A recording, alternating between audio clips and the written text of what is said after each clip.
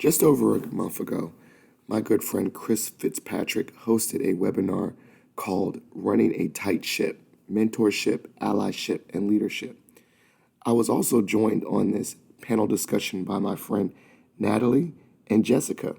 And during this panel discussion, we discussed the intersections of how mentorship with a valued and trusted ally helps elevate your leadership.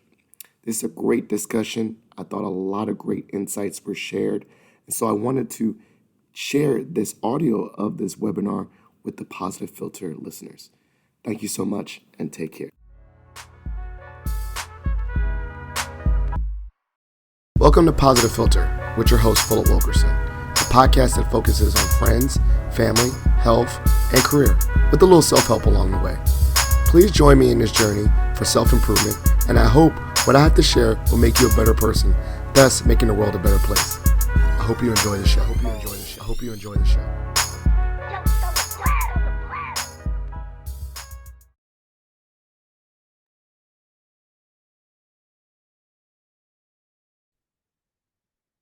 All right, everybody, welcome. It is Thursday, September 28th, and we are here for a fireside chat on running a tight ship, mentorship, leadership, and allyship.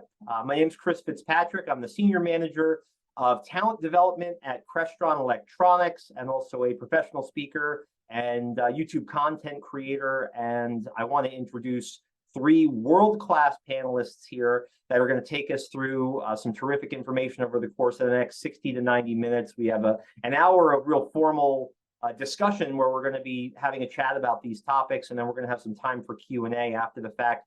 We intend to be done by about 7:30 because I know if you're anything like me, you want to make sure that you have enough time to set yourself up to watch the Green Bay Packer game tonight, and that is what I will be doing when we are done. So I am going to be sending it around to our panelists to introduce themselves, to unmute and introduce themselves. I'm going to start with Narali, and then I'm going to go down to Jessica and then to Philip. Hi, everyone. Thanks so much for joining. My name's pronounced Natalie. I am currently the Director of Cooperative Education at Wentworth Institute of Technology in Boston, Massachusetts. Prior to my time here, I was at Boston University, where I reconnected with Chris, which is awesome. We go way back to my time at Stevens Institute of Technology in Hoboken, New Jersey. You can catch up on a theme that I work in the career education space. I'm passionate about career education, preparing students, alums, etc., for the world of work or whatever that means for you after college. And the theme of today, mentorship, allyship, and leadership, we're going to talk a bunch about, so I won't dive in, but those are all three areas that really resonated with me and have really helped me get to where I'm at today. Thanks again for joining, and I'll share my LinkedIn in the chat in a moment.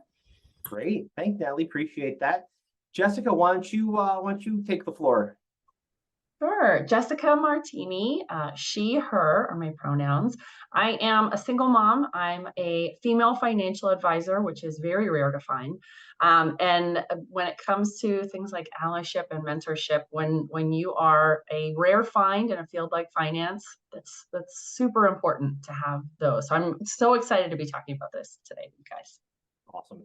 Jessica, thanks for joining us. Jessica and I met relatively recently on a similar webinar on employee resource groups for leaders of ERGs and organizations. So that's the other thing about this particular group of panelists. Everyone is very passionate about topics surrounding diversity, equity, inclusion, belonging, and I have a feeling, especially when we talk about allyship, a lot of that's going to come up. So thank you so much. And my tag team partner, you've seen him work with me before if you've caught any of our prior work, but Philip, go ahead, my man. Yes, my name is Philip Wilkerson. I work at George Mason Career Services as an employer engagement consultant. I would say in this space of supporting Black and Brown students, I think that's where I align with mentorship. I'm also the faculty advisor of the Iota Alpha chapter of Alpha Phi Alpha Fraternity Incorporated. 06 to the good bros. I see some of them in here. I'm also the faculty advisor to the George Mason chapter, the NAACP. Shout out to one of my mentees in here from that space. I'm also a member of Eastern ACE. Shout out to Natalie from that space. I'm just in a lot of different spaces. And in regards to creating equitable spaces for diverse employees. I'm also the lead of the Black Male Faculty and Staff Employer Resource Group at George Mason. So we can talk about how if you're looking for creating, sometimes there's not a space, you have to create a space. So we'll get into that too as well. But thank you so much for this conversation. Looking forward to it. Awesome. I love that. That's going to be the first hashtag I'm going to put into the chat here for everybody. So if you're following along and you want to shout any of the things that you hear out on social media, whether it's on Instagram or on LinkedIn, I think there's going to be some great thought here. We have 3 thought leaders here on the panel. So create a space. I love the sound. I love the idea of that. So thank you very much, Phil. So as our panelists talked about, we are discussing 3 ships today. There's a lot of ships out there, but I think these 3 are particularly important. So we have mentorship, allyship, and leadership. And they do not exist independent of one another. As a matter of fact, we see a lot of coalescence. We see a lot of instances in which these 3 topics really do work together symbiotically. So what I want to ask our panelists, and anybody can go in any order. We don't have a predetermined order here. This is going to be a little bit more of a casual chat, but how have each of you been really been impacted by one or many of the topics we're talking about here today? How have you been impacted personally or professionally by mentorship, by leadership, or by allyship? And anybody can jump in. Go ahead, Phil. Yeah. So I think I like to always talk about paying it forward and paving the way for other people. I realize that in our lives, that usually we think we're unique in our DNA, but if you really think about it, a lot of things that we want to do have been done before. I realized very early on the impact of people that, just organically I wanted to be like them. And I joke, one of my earliest instances of just unintentional mentorship, I was in an all-Black male class in high school in the 10th grade. His name was Mark Holbrook, and he had us all in his class, just a blessing, where I went Mount Vernon High School, and we all stayed in touch. All my friends, the godfather of my children in that class, and I stayed in touch with him. And I saw Mark Holbrook at his 50th birthday, and he was like, when I started that class, I wanted to inspire you young Black men to go out there in the world.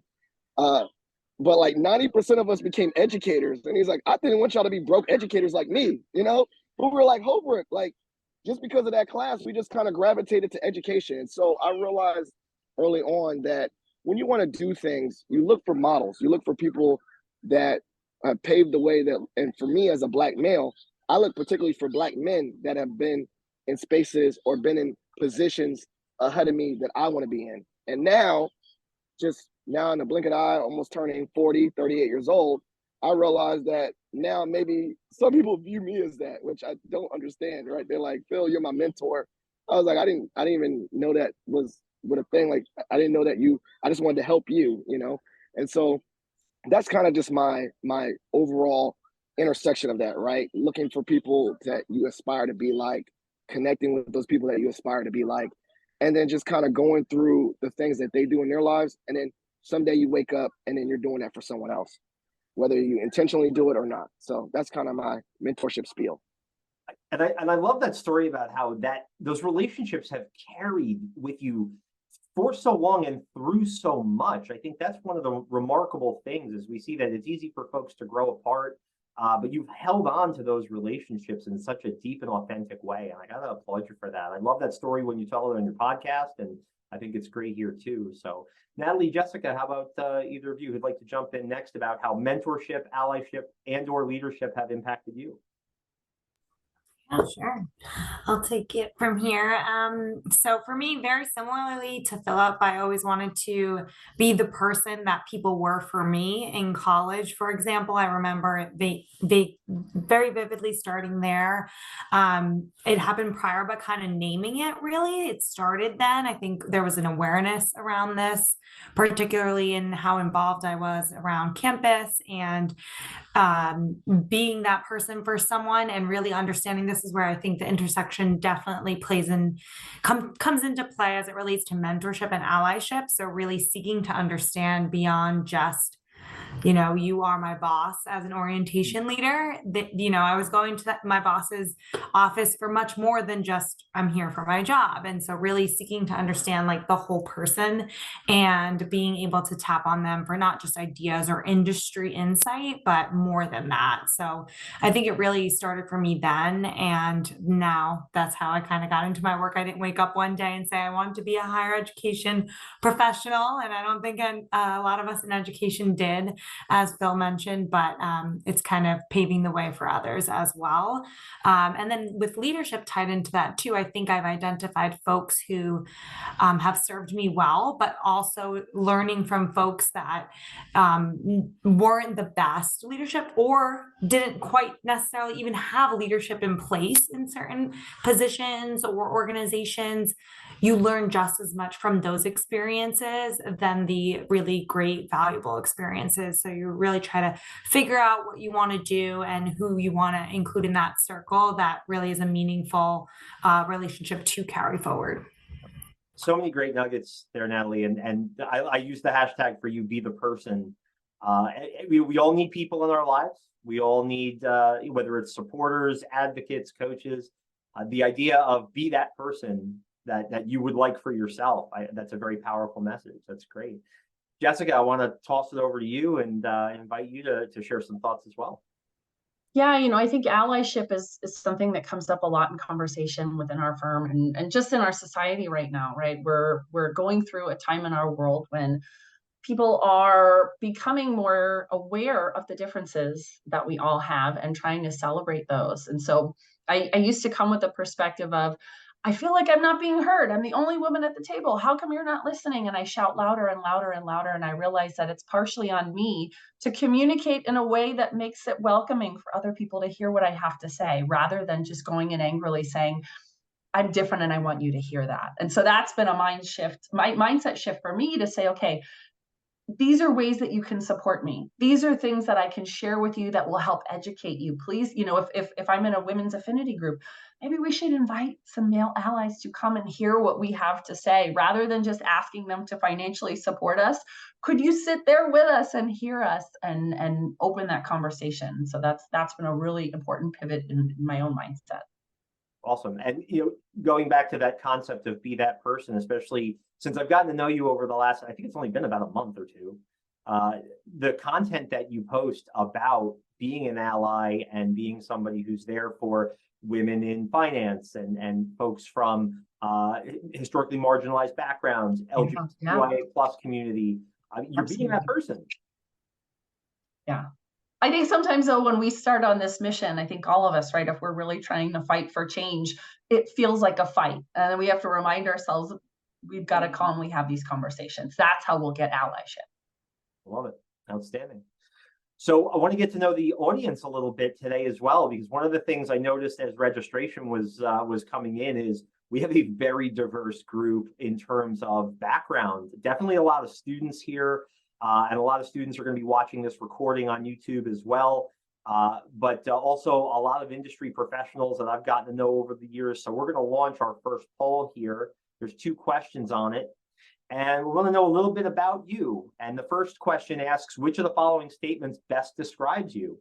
I don't have a mentor, and I don't know if I want one. Number 2 is I don't have a mentor, I want one, but I don't know how to get one. And if you hover your mouse over that, if you can't see the full question, it'll pop up. Number 3, I don't have a mentor, but I plan to get one. So you're on that track. I have a mentor, but I do not mentor anyone. I mentor someone, but I do not have a mentor. Or I am a mentor and have a mentor. We covered a lot of ground here. There's a lot of options. I know what you're thinking right now. Fitzpatrick, why so many options on the poll? Poll question should be short and sweet and 2 or 3 options, but this covers a lot of ground. And then the second question asks if you have either mentored or been mentored by someone of a different race, gender, etc., somebody different from you.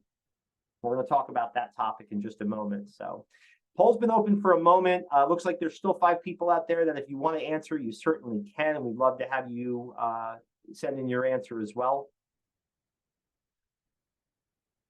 And we'll just give it about another 10 seconds, and then we're going to end the poll and we'll display our answers. And I can tell you, as the person who's cheating and seeing the answers as they're coming in, this is fascinating. All right, let's end the poll and share the results. All right, you all see that? So across the board, which of the following best describes you? I was expecting to get a large number in one bucket. We are all over the map here. We have two folks who've said, I don't have a mentor, I don't know if I want one. The plurality of it is, I don't have a mentor, I want one, but I don't know how to find one. And then we have folks on the opposite end who are saying, I have a mentor and I am a mentor. So again, that underscores the fact that we have a lot of folks here who are experienced professionals who have been down the mentorship path, and folks who are probably starting out on that path. And then down below, this is encouraging, is that almost 3/4 of our respondents either have mentored or been mentored by somebody different than themselves. I think we'd asked this poll question 5 years ago or 10 years ago, it might not be quite here at this point. So Phil, you got your hand up. You want to react to this? Please do. Go ahead. Yeah, I wanted to talk about the value. I want to go right into that one about the different identities. One of my greatest mentors, I've realized, not greatest, but there's benefits to both. As a Black male, I've found tremendous benefit to having a mentor that looks like me, a Black male, or shared experience.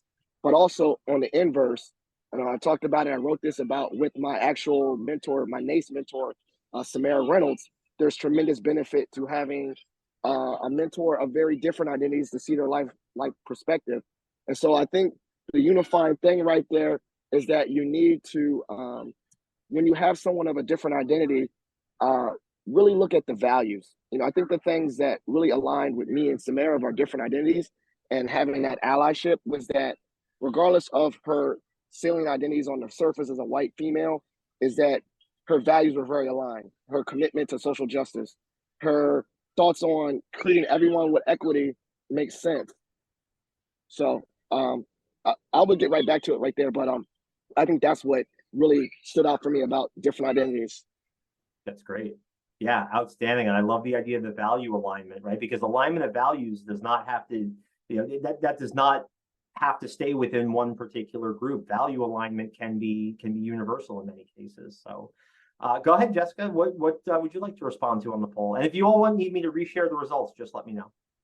Yeah, there have been studies recently that have shown that it's challenging for women to find female mentors because there are so few women in leadership that often as women work their way up, at least in the corporate world, that I hate to use the word assimilate, but they take on some of the mindset of their peers once they've moved up, and that there's this scarcity of positions for women in leadership. So there's more competition. So women are finding it difficult to get mentorship because there's this idea that, well, if you move up, then that's one less spot for me because there's only so many seats for ladies at the table. And so I think really it comes down to seeking it, saying those words out loud. Hey, can you be my mentor? Can I ask you for some guidance and some help to create that collaboration and kinship, within your own community? And if you're concerned, and this is organizational advice out there, if you're concerned about having enough seats for all the different folks at the table, the different leaders at the table, real simple, build a bigger table. So, Natalie, any surprises on that poll for you? Anything that jumped off the page at you? Yeah, I think I want to circle back to that. I would like a mentor, but I'm not sure how to find one. Kind of piggybacking off of this conversation as well. 27%. Yeah, big chunk. We talk about this a lot within higher education and access, especially for different folk trying to find opportunities or learn about different career pathways and industry trends and all of that. And Sometimes there's a myth around like it needs to be an organized mentor-mentee relationship. And I'm not saying that there's anything wrong with that. I myself have been a part of organized mentor-mentee relationships. Eastern ACE and NACE that Phil mentioned as well have those platforms and programs where, you know, for some folk, that is the way to go. You plug in your information, what you're hoping to get out of the relationship, you know, what your interest areas are, things like that. And there are some of those that do exist, whether it be through associations or just general mentorship groups or industry groups, things like that. But sometimes, and for me personally, I can say most of my mentor or folks that I'm now a mentor for just happen organically. And it kind of gets to that moment that you're like, wait, you're my mentor. And like Phil was saying too, people call you that, or I call people that, and they're just as surprised. But really, the learning happens on both ends. Just as I learn just as much from my mentees as they do, I hope, from me. And likewise, those who I'm a mentee of, I learn so much from them, and they tell me every day, like, I learn so much from you as well. So it can happen on both ends. And I think that's where some awareness around what your options are and how to access mentorship, because it can be difficult, especially for different identifying folks. Those organized platforms do exist, but sometimes too, it's like your friend or your boss or a colleague can also be your mentor or become that mentoring relationship for you. And Natalie, I love that you touched on how much you have learned from your mentees. And this is where we see one of the cross sections of the different ships that we're talking about here is one of the greatest ways to develop leadership skills and acumen. It may not necessarily to be being a manager right away, but it might be as a mentor. It might be taking a role mentoring other people to develop some of the leadership skills. You know, I know, for example, at my organization at Crestron Electronics, we hire a pretty good number of interns many years. In the last several years, we've had between 80 and 113 join this program. And one of the hallmarks of the program is every intern we hire is assigned a mentor, right? Everybody has somebody that they can go to who is there to provide them feedback and guidance. But behind the scenes, part of the reason we choose the mentors we do is because we're looking at who some of those folks are who are right on the precipice of maybe taking the next step in their careers. And we want to develop their leadership skills just as we want to develop those interns and those co-op students. So that way it creates, again, this symbiosis where everyone's learning from each other, everyone is upskilling, and the organization gets better, smarter, more agile as a result. So absolutely true. There's a lead-in question that I want to go to, and Jessica touched on this a moment ago when she was specifically pinpointing the challenge of women finding mentors because of that promotion fall off, right? And there's plenty of statistics out there that show that. There is a study that was done by CoQual that estimates that 71% of executives, so people in positions of leadership, influence, and power, choose a protege that is of the same gender or race. Now, we follow the logic here, and knowing that in the Fortune 500 and in many organizations, the higher you get up on the corporate ladder, the more overwhelmingly white male it is, which means executive proteges are probably disproportionately white male. So then the question comes up, and anybody can jump in on this one. Why do you think this mentorship gap exists, and how can allyship play a central role in bridging that gap and eliminating, or at least reducing, that divide? I have a lot of thoughts. I was going to try and give you guys a second to jump in, but you know, this is one of those situations where I think it's partially on those of us who want to be in leadership to express that and say, hey, I would like to have some experience in being mentored. I would like to be considered as I start to move up the food chain, so to speak, because it also is about opening the door to say, have you considered women before? Are you comfortable having conversations with them? Do you know what their needs are? Do you know that they want to move up? And it's sometimes challenging, right? For those of us who are on the front lines, who are, again, I use the word fight, but we've got to be uncomfortable to have these conversations and say, did you know that I wanted to be in leadership? Or maybe you expected that because I'm a parent that I don't have the bandwidth for it. But there's actually, there are stats around that too that say that a lot of women get to a point where they don't feel like they're capable anymore, because if they're caring for aging parents or children, they're like, do I really want to take on more stuff? And that's a bigger conversation around societal injustices for parents. We could have a whole nother hour and a half for that. Easily. That's great, Jessica. Terrific content. Thank you so much.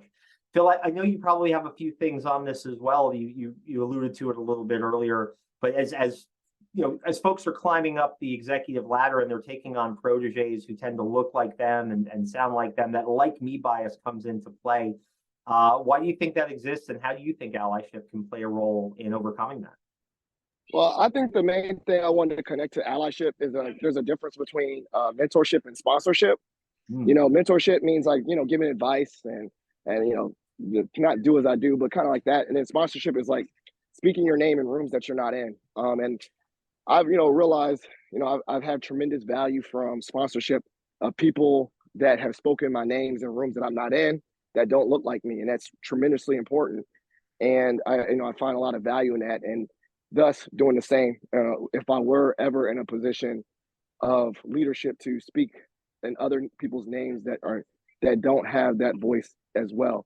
But I think it's kind of hard though, because I'm, you know, trying to be empathetic to those. It's like, it might be hard for that person that's speaking on behalf of someone else, you know, in a room that they're not in, because they might be going against the grain of the group. So let's say, you know, a white male is a mentor to someone or a sponsor to someone, and they're going to advocate for someone else, but they're going to be like, what do you know about the plight, this other identity? you know, who are you to be their spokesman, right? And or spokeswoman or person, whatever.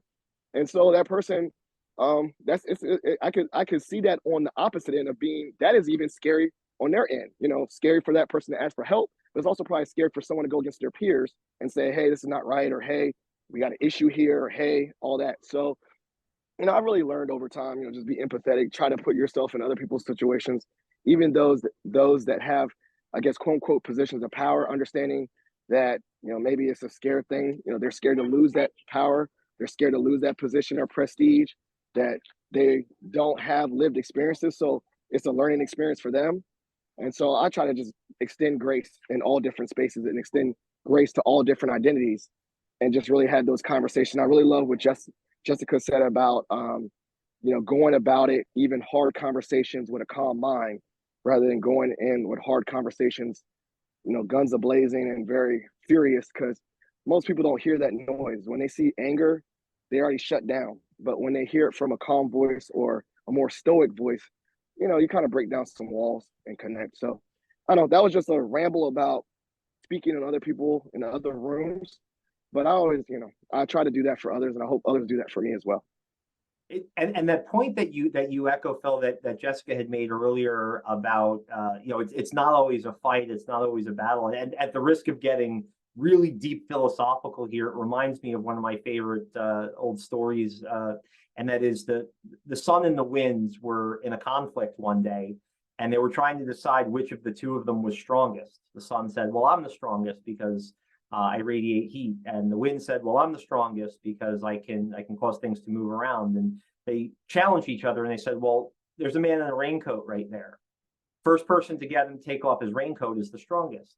So the wind blew harder and blew harder and blew harder. And the harder the wind blew, the tighter the man wrapped himself in the raincoat. But the sun shone down warmth and light. And the man willingly took off the raincoat and basked in the glow. So sometimes the best way to emerge victorious in achieving a goal is through warmth and kindness, not necessarily through conflict. So you just reminded me of that story, so I had to jump into that. Jessica, while Phil was talking, your hand went up, so I've got to bring it back over. I thought of a specific example, and it happened to me 2 days ago, where I had expressed a desire to take on some more mentors in my role. And I am in the 29 minutes that you've heard me, can tell that I'm a feminist, and my male counterpart said to me with sincerity, are you open to mentoring a man? And I realized, oh my gosh, I have caused this perception, right? So unless we had that conversation, for him to be bold enough to ask me that, and me to then realize that I have not been getting my messaging across appropriately, we never would have gotten to this point of, wow, we're in alignment. We want to continue to help people in our firm. And I'm not against that, right? But that's just because we hadn't communicated openly and maybe uncomfortably about it before. Yeah, terrific. Natalie, anything to add on the topic? Good, nailed it. All right, excellent. That's terrific. So this also brings us to some of the other topics. And Jessica, you gave me a really good segue into one of our other discussion pieces. Is when somebody is in a position to mentor others, right? They're in a leadership role, or they in your case, like you did, they say, I want to mentor other people. That's really a gift to be able to and to have that desire to do it. One of the other challenges for the folks the 27% who said, oh, I'd like a mentor, I'm just not quite sure how to find one. There's also the other side of the equation is, well, I'm getting asked to mentor, and now I have to make a decision on, do I want to? Is this something that I want to do? So I want to launch, it's going to be termed a poll question, but the truth is it's actually not a poll question. I'm going to launch we'll launch a quiz. And anyone who knows me, or if you've been to my LinkedIn, you know I refer to myself as an aspiring game show host. So we're going to do this Family Feud style. And the top 1, 2, 3, 4, 5, 6, 7 answers are on the board. And here is our poll question. According to a study by DDI, which of the following is the biggest criterion considered by mentors when deciding whether or not to accept a mentee, right? So for the mentees in the room, you're putting yourself in the shoes of the mentor. And for the mentors in the room, you're thinking to your own experience. What is the biggest thing that mentors are thinking about when deciding whether or not to take on a mentee? We'll give everyone a moment to answer that.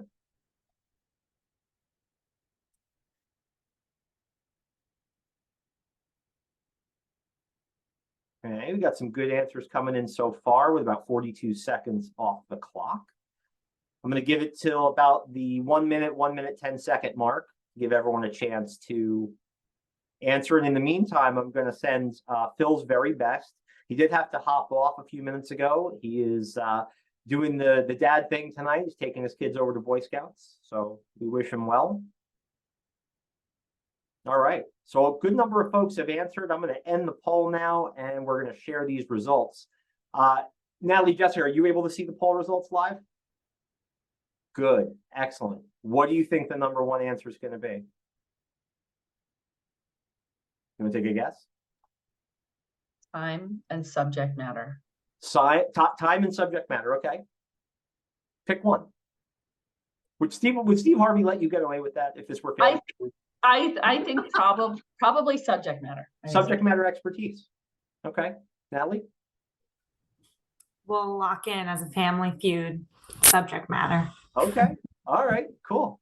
Well, according to our poll of distinguished attendees, they agreed and they said subject matter expertise would be the one that they would think would be number one at 45%, followed by time commitment, the relationship to the mentee, and then the position of the mentee. And nobody answered office politics, the age of the mentee, or the gender of the mentee. So you are right there in line with our participants.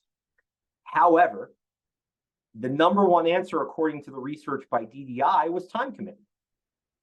So according to them, 75% of mentors said that time commitment was their biggest hurdle. And then 54% said subject matter expertise. So 1 and 2 were right there. And then next was the relationship to the mentee. And then next was the position of the mentee. So the top 4 answers, according to DDI, were also the top 4 answers on our poll, which is terrific. That means that we're right in line with the study. And then age of the mentee came in at 4%, gender of the mentee 4%, and internal competition 2%, office politics only 8%. So also very low down on the list there. So that's what we learned about that piece of it, and about why a mentor can or cannot take on somebody. And so I'll pose this question for the folks who want to mentor or want to have a mentor but aren't quite sure how to get one. Do we feel that there is a fear or a trepidation for asking somebody to be a mentor because of concern about taking their time, or I don't have a relationship with this person? What do you think would stop somebody, and what advice would you want to give to someone who was nervous about asking a mentor or identifying a mentor and connecting with them? I can start. Yeah, I think it can definitely be nerve-wracking. I remember going through that myself too. And, if you put yourself out there too and you don't get a response, for example, that's also very common. And I think folks often shut down after that. And it's like, well, see, I'm bothering them, or they're too busy to respond to me or whatnot. But I think the biggest lesson is everybody's busy. And I think, follow-up is really important. As a career educator, we say that to our candidates going out in the world of work, and putting yourself out there, personalizing that message that goes out as well. But being respectful and cognizant of the time commitment, especially as well, I think is really important. So some tips that I would suggest is in your outreach, certainly provide options of availability, for example, or a time block, reasonable time, not like, let's meet for 4 hours tomorrow. Like we're all working professionals or, doing things in life. Being cognizant of agenda items, particularly, we hear that a lot. So topic areas or what you're hoping to talk about during this time doesn't need to be a formal agenda, but just some bullet points on areas so that as a mentors, we can prepare and maximize that time together to really make it as meaningful and fruitful as it can be during that allotted time. That will be what we'll remember as mentors. It won't remember that, oh my God, this was in the middle of all of my meetings today or anything like that. It will be the impact as long as it was really driven by that meaningful intentionality. Love it. Love it. Outstanding, Natalie. Thank you. Jessica, go ahead. Yeah, and I think you mentioned earlier when you said that it doesn't have to be formal mentorship, right? It could be, hey, I want to ask you some questions about XYZ. And I say that specifically because if you say, can I pick your brain? Nothing makes someone shut down and go, oh, what is this? If it's just this open-ended, like, I want to ask you anything about everything. No, I want to ask you about your process on this particular thing, or I'd like to know more about the way you handled this situation. Absolutely. That's in line with the agenda, right? Having specific questions. It doesn't have to be a year-long mentorship program. Maybe it's 15 minutes and you've gotten more value out of that than you have out of every other relationship in the office that year. But having some meaningful meats behind your ask. Yeah, and I think that those are some myths that we have to dispel for some folks. Can you have more than one mentor at a time? Yes, absolutely. Can people mentor you on different topics? Yes. You don't have to have a life mentor. You can have somebody who mentors you on a particular project, somebody else maybe on a career path you're following, and somebody else maybe on how you're trying to balance your work life and your personal life. You can have multiple mentors. Just like I tell students all the time, you can have multiple resumes. Sometimes it's about tailoring it to the situation you're in and what you're trying to accomplish. Mentors work in a very similar way. Can mentors be short-term? Yes. Mentors, you nailed it. You said 15 minutes. Sure, you can have a mentor for one conversation. You can have a mentor for your entire life and everything in between. It really is incredible. I want to connect two of our ships here, and I want to connect mentorship with leadership, right? Being a mentor is hard. It is not something that is automatic. Like leaders, mentors are not born. Anybody can be a mentor, but there are challenges to it, and not everybody has the desire to do it. So the question I want to ask is, were your mentors also strong leaders? And were there characteristics that your best mentors and your best leaders had in common? Are there characteristics of great mentors and great leaders, things that those groups have in common?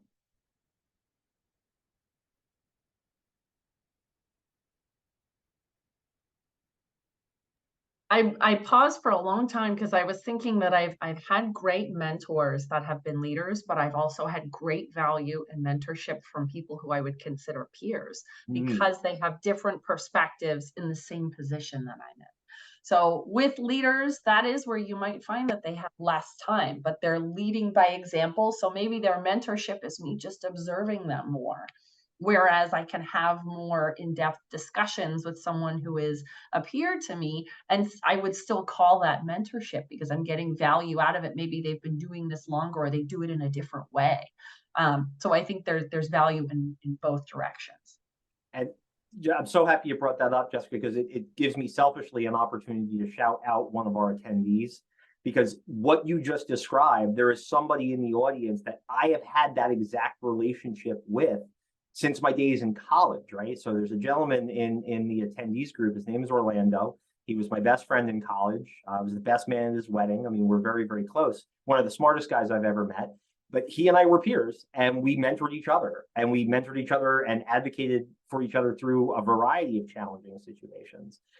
So I also think that you help dispel one of the other myths, is that a mentor does not have to be somebody who is in a quote unquote loftier position than you are. They can be someone who's a peer. And the other piece is that reverse mentorship programs are becoming more and more popular, where leaders are asking up and coming individuals who have less experience to mentor them and provide them with new perspective. And that's fascinating to me. So it's a great, great point. Natalie, go for it. Yeah, I was just going to piggyback off of that because I similarly paused to kind of reflect, like, who's in those categories, and they're all in different categories. And, I might go to one for one thing versus another for another thing too. And I think that subject matter piece is also a different area. I go to one for how do I advance my career versus, how do I navigate this particular issue or problem. But the reverse mentorship thing that you mentioned too reminds me of what I mentioned earlier around how much I learned from mentees as well. And so, maybe it's not named like I am your mentor and you are also my mentor, and we don't talk about it in that way, but there is a lot of learning that happens in that way too, not just education wise, but about myself as a person and individual and professional, that happens from being a mentor, and likewise getting that mentorship from my mentee. Love it. Outstanding. When I was thinking about the characteristics question myself, the first word that came to my mind, somebody brought up earlier, I think it might have been Phil, was talking about empathy. And that is the power word right now in human resources, human relations, in how big emotional intelligence and how much we've learned about EQ. But when I think about the best leaders I've ever had, and when I think about the best mentors I've ever had, without a doubt, the thing that they all had in common was they were empathetic. Not just to me, but to everybody around them. They almost exuded empathy. They genuinely cared about what it was they were doing and who they were doing it for. I recently gotten very much into the topic of servant leadership, right? And this idea that some of the best leaders are the ones that they focus on how they serve their teams, not the other way around. There's some great literature out there by a gentleman named Ken Blanchard. I'm a big fan of his work. So I always feel it comes down to empathy in so many ways. So really great topics here. I want to just pause a moment, just remind the attendees who are with us that you can put questions in the Q&A if you'd like. We did get a number of questions from our participants ahead of time when they registered, which I really appreciate. And with one of the questions that was submitted ahead of time, I want to continue on the leadership track now and ask, this individual asked, how do you define effective leadership in today's workplace? And I think we have a really good segue from our last question to this one. So I'll put it out to our panelists. How do you define effective leadership in the modern contemporary workplace? I can get started. Yeah. And I know that we'll talk about some of the challenges as well too, but I think my response comes hand in hand with some of that too. I think when I think about effective leadership, I think about being able to pave the way, as we've talked about, sort of that notion of come with me, not follow me. And that, again, the intersectionality of mentorship and leadership, but also navigating what I call the gray. And this might be particularly specific to higher education, for example, but office culture, as we discussed a little bit as well. Being able to manage up and support within or your mentees or employees, your team, that is really an important aspect, I think, of leadership, being able to advocate, have that empathy, and some level of transparency to protect those and keep your team, keep morale afloat. All of that, I think, is really important. And it's hard, as you mentioned, it's hard to have that balancing act because you may be a leader, but you have a leader and you're leading others. And there's all these, balancing act in place. But I think navigating that is an art, not a science. So, oh, yeah. I'm glad you brought up the art, not a science piece. Now, I think you nailed it there as well. It's so true. It's also interesting. I just finished my second go around with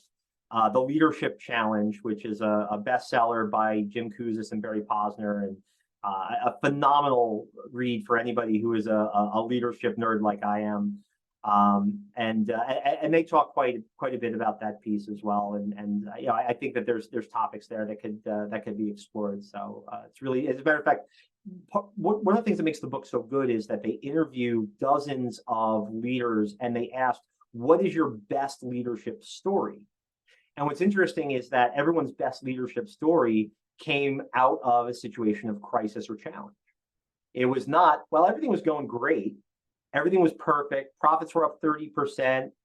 Retention was outstanding. Everybody was happy. So I just went in and I led my team and everyone was happy. And that was my best leadership story. No, it was this was on fire and this was going crazy. And we had to make this happen in a very short time. And this is what I did and how I led my team.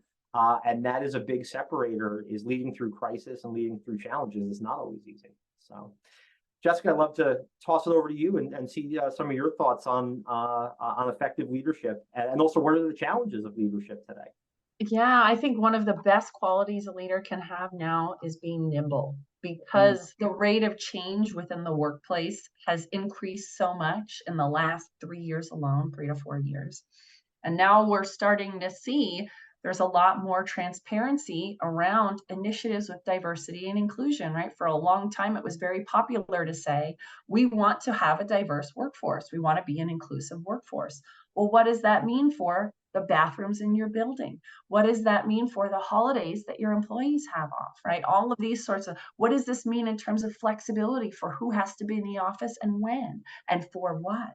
And so now we're seeing that. This is why I think it's so challenging for leaders right now, is that now they really have to somewhat reevaluate what they may have been doing for a very long time, because we are in a very different place than we were pre-pandemic, because now people have been able to express themselves more because they were at home. How do you now invite that in a welcoming way in the office and stay true to your values and say, I'm a leader who wants that?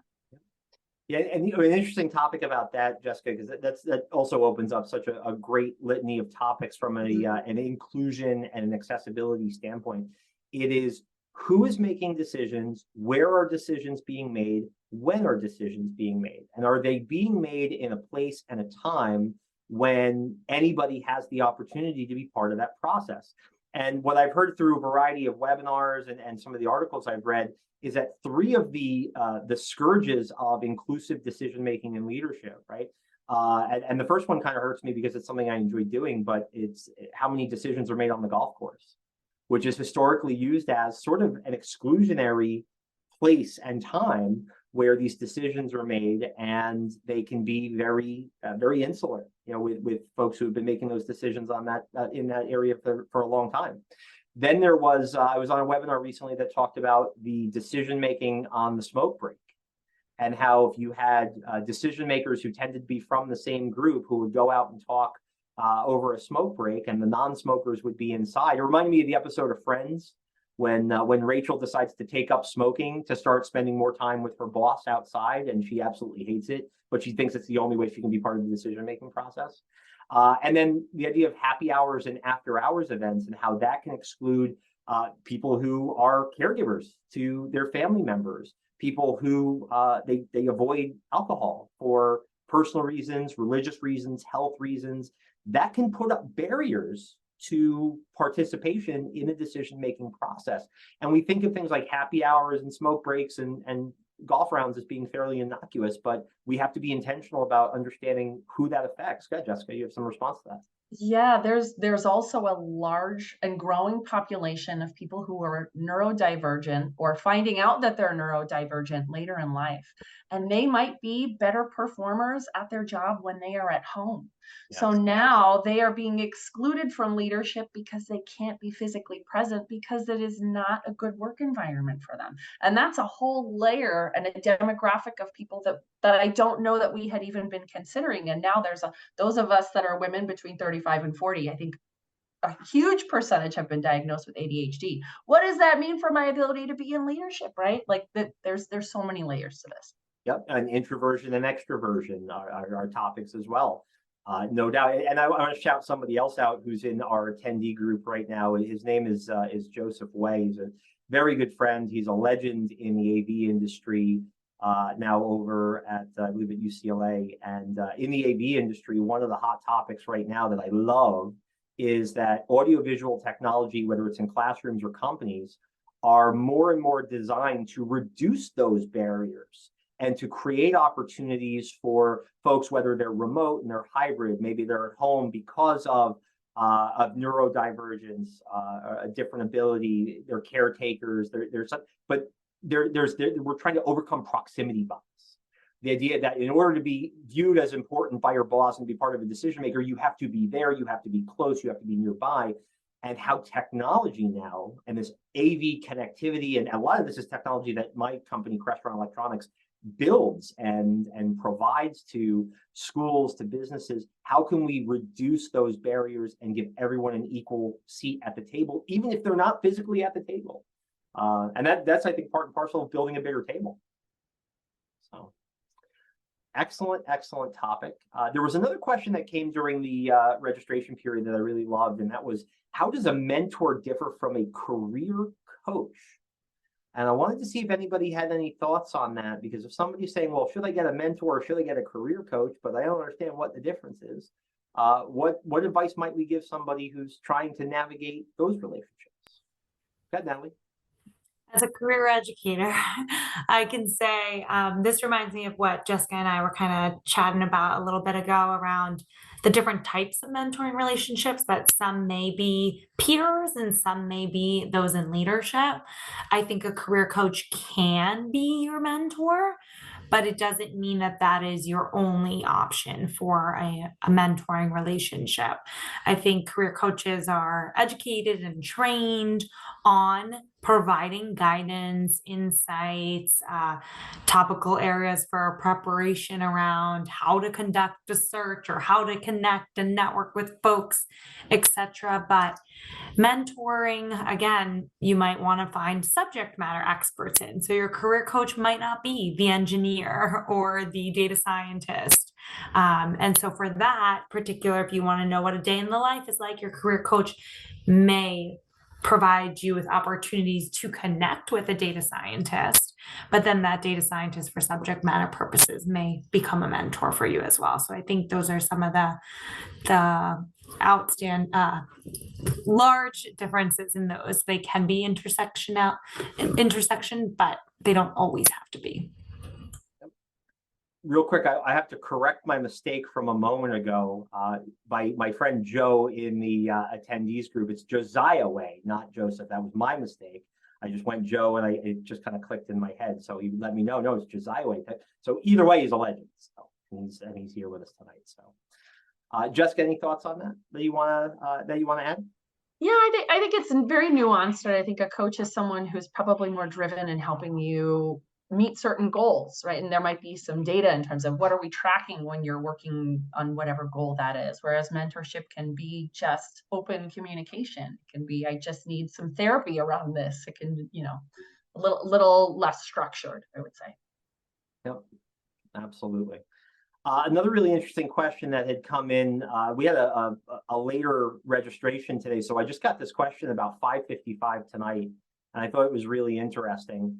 Is what are the best ways to avoid groupthink where bad decisions are made because people are afraid to disrupt conformity. And I think it really applies here because from a leadership point of view, being able to be a leader in a way that tries to break down groupthink, but I also think that having the most diverse and representative room possible, when we talk about allyship, can help break that down. I mean, I think that's one of the first steps is to surround yourself not with not with carbon copies, but with people with diversity of perspective and diversity of thought. I'm keen to hear Natalie and Jessica, what you think about how to break down groupthink and how do you avoid that in today's workplace? I have conversations with a lot of groups at companies that are, the group of women or the group of queer employees, right? And they have the conversations around, these are things that we'd like to see done differently. But a lot of times they don't feel comfortable sharing that because they don't feel like there's an open invitation. So I think the onus is on leaders to say, I want to not just say, but practice having an open door to, we're thinking about some changes. Why don't we invite our different affinity group leaders to the table to be a part of this conversation? We want to invite you to share a different perspective, but unless it's openly said, nobody wants to stir the pot, right? So that's on the leaders to say, I'm giving you this safe space. And then the important part is once you've asked for it, you've got to hear it. And not just say, well, I listened to you. Great. What are you doing about it? Because if you don't listen to me the first time, we're not telling you again because you've broken my trust. Oh, so the trust topic coming up, right? That I think we take that back a little bit also to the characteristics of effective mentors and effective leaders. Integrity, trustworthiness, that has to be on that short list for sure. So, Natalie, what are your thoughts on the groupthink topic? Yeah, definitely agreed with what Jessica mentioned. I think the key component is that when you're asking for feedback, to really take it in, to take it into consideration, not just hearing it, but how are you implementing it, and then building a follow-up meeting or a plan or a email or action items from there on how that is being implemented and what that's like. I think we're in a little bit of a better place, I think, of kind of disrupting that and breaking that down by having strong advocates in leadership little by little. But being comfortable with, again, navigating the gray and being able to ask the questions and sort of challenge with intention, I think helps break that down a little bit more, but then always seeking to understand the diversity of thought, like you mentioned as well. Awesome. Outstanding. All right. So we're getting right to our 7 o'clock point, our 7 o'clock time frame. So I do want to just remind everyone that if you have any last questions that you want to pop into the Q&A, please do. And then we'll also stay on in case anybody has questions for us afterwards when we stop the recording and pop things into YouTube. But this has been so exciting. This has been a lot of fun, just being able to have this conversation, and again, in an informal way, touching on topics that I think are so important to us. So I think I want to end it with this from my perspective. And again, if we have questions coming on Q&A, I'll ask them. But somebody who is either seeking a mentor, or they are a mentor and they're trying to work through being a mentor, or they're being mentored by another person, what is the best piece of advice that you could give to somebody in a mentoring relationship, either as the mentor or the mentee? What would you tell them if they said, what is the piece of advice that I absolutely need to have going into this relationship? And I did not send them that question ahead of time. So this is off the cuff based on the conversation. Well, you used the word intentional before, so that's top of mind for me right now. I think having a goal in mind, if you're going to seek, even just a conversation with someone, what are you trying to get out of this conversation or relationship? Is it a specific topic? Is it a specific learn? Is it an introduction, whatever that is? And not being afraid of the no. You won't get a no very often. Just ask. Yep. Good one. Yeah, not being afraid of the no. I love that, because I think that one of the reasons folks are afraid of the no is they think if somebody says no, it's a personal reflection on them. And I think going back to the poll, it could just be, no, I just really don't have the bandwidth right now, and I don't want to I don't want to do a disservice to you is probably one of the biggest reasons why somebody might say no, or I don't think I'm in the best position, but I can introduce you to somebody else who is. Yes, that right there. That might happen. Exactly. Go ahead, Natalie. Yeah, I was just going to add, I think the intentionality piece is huge. And I think the other aspect for me is sort of getting out of your comfort zone a little bit and not being afraid to reach out or know again who you might reach out to provide you an introduction. But then from there, I think accepting that relationships are going to look different. So you may talk to one mentor every day or once a week or once a month. And then I have mentors that I maybe talk to when I'm job searching, and that may be every couple of years or so. And so I think there's some fear or anticipation around how do I respark a mentoring relationship as well.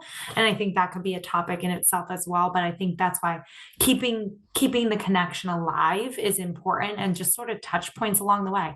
Maybe you're reaching out to say happy birthday or how are you doing, checking in, rather than, I need to talk or I need something right now too. And I think that really helps keep it organic and keep it, always being intentional as well. Yep. Awesome. I love that intentionality is such a recurring topic throughout all three of these, right? Allyship, leadership, and mentorship. And my friend Joe also put into the Q&A, well, let's look at the flip side of this particular topic. He says, I get asked a lot to be a mentor. Obviously, he really wants to help everyone. And I know him, he does. What are the things to consider when accepting a mentee? What are the things that mentors should be aware of when deciding whether or not to take a mentee under their wing? That's a really interesting topic for folks who are mentoring others. Any initial thoughts on that? I think managing expectations and having a conversation around what are you looking to get out of this? How much time can I commit to you? Are you looking for us to meet regularly, or do you just have some one-off questions? So that way there isn't disappointment on either end, because then maybe the result of it might mean, I was going to say no, but you really only need some things that I know I can help you with in little bits. Maybe I can talk to you while I'm driving to go get my kids, right? Like that, it opens up the conversation to sort of flex. Like that. Yep. That makes a lot of sense. Being clear on the expectations. Great. Natalie? I think that, and similarly, but kind of piggybacking off of that, the transparency around if it's not a good fit for you, if it's around subject matter or time or whatever that may be, then maybe seeking to understand a little bit more. How well do you know the person asking, and how might you use your own network to really provide them with an opportunity to meet someone or connect with someone else? Yeah. Absolutely. And one of the reasons I just put in the chat, I put a link to, this is part 2 of a mentorship webinar that we've done. And in part 1, we spent a lot of time on what a mentor is not, right? Because we talk a lot about what a mentor is, but what a mentor is not. And I think that part of this is also understanding what Jessica said. What is the intention? What is the goal? Is this person asking me to be a mentor to them because they're looking for something that's purely transactional? If this person is my mentor, they will get me a job, and then that will be that. Or are you looking for a relationship where there's going to be some learning and some exchange of information? I think it's important to also be aware of that and to recognize that when you're deciding whether or not you want to have a mentee.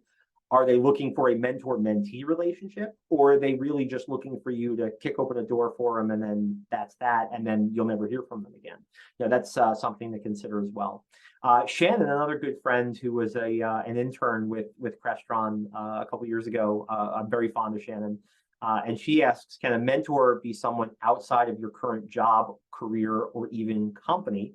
And then the second part of the question is, how often should you reach out to the mentor while also respecting their time? I feel like the first half of that question, it's easy with an asterisk. I think the answer is yes, right? We talked about, can a mentor be short-term and long-term? Yes. Can you have more than one? Yes. Can they be somebody outside your job, career, company? Yeah, absolutely, right? I don't think anybody has any dissent to that, right? Right, we're all good with that. But how often should you reach out to the mentor while also respecting their time? That's really provocative. So I want to open that one up as well. Oh, both of that goes unmuted at the same time. We just had a tie. I'm going to say the same thing. I think it goes back to managing expectations. Because if you don't have that conversation early on and you just open the door and say, sure, whenever you need me, then it might be whenever they need you. And you've got to, depending on what your relationship to that person is, find an appropriate structure. Not always necessary, but you might need to have a structure. And let's take it back to that conversation from earlier about what are the characteristics of leaders and mentors that tend to share some commonality. I think open communication, the ability to communicate openly, be very honest, be very authentic and transparent is going to be part of that. And that if you are entering into a mentoring relationship, if you're concerned about respecting their time, then you should be able, and they should be receptive to a conversation of, what do you think is appropriate for our contact? How often should I reach out to you? And Jessica, to your point, is this going to be something where it's a monthly touch point and it's very structured, or is it more of a, listen, we're going to have calls when necessary, but text me if something is really bogging you down? And these mentor relationships come in all shapes and sizes. Allyship comes in all shapes and sizes. Leadership comes in all shapes and sizes. And I think that's, and I'm trying to remember who it was who used this one word answer earlier, and I absolutely loved it. And I think it applies to all three, and that's being nimble, right? That's agility, is the fact that it is, and Natalie, you said this also earlier, it's more art than science. Yes, there's a science of leadership, but if you're doing it artistically, not scientifically. You don't do this in check boxes. So I want to thank Natalie and Jessica and Phil, who had to drop off early for some family obligations, for a 65 minutes that felt like 6.5 minutes, just because of how much fun it was and how fast it went by. And I hope everybody who's watching feels the same way. I hope everyone who's watching this on YouTube feels the same way. If you are checking this out on YouTube, watching the replay, please add some comments or questions down below as well. And let's keep this conversation going. Everyone's going to receive a survey if you attended live, but if you have topics that you'd like to see in the future and would like us to cover in some of these other fireside chats, share those with us. Let us know in the comments. Feel free to connect with any of our panelists. They put their links into the chat, and just go out there and be what you can be to who you can be. Be that person. I think that's my big takeaway here from Natalie from earlier, is be that person. And be the change you want to see in the world, whether it's as a mentor, as a leader, or as an ally. And I hope to continue to do that. But I can't thank you all enough for being a part of this and spending an hour on a Thursday evening. It's been a lot of fun. Thanks so much. Can we end with a Go Pack Go? Is that okay? Can we say a little Go Packers for me? Can we give me some love, please? All right. Okay. Everyone else is leaving. Thanks, everybody. Thank you for listening to Positive Philter, a podcast that focuses on family, friends, career, with a little self-help along the way. If you enjoyed this podcast, please share it with your family and friends, and like the Facebook page, Spreading Positivity of Movement. Thanks for listening.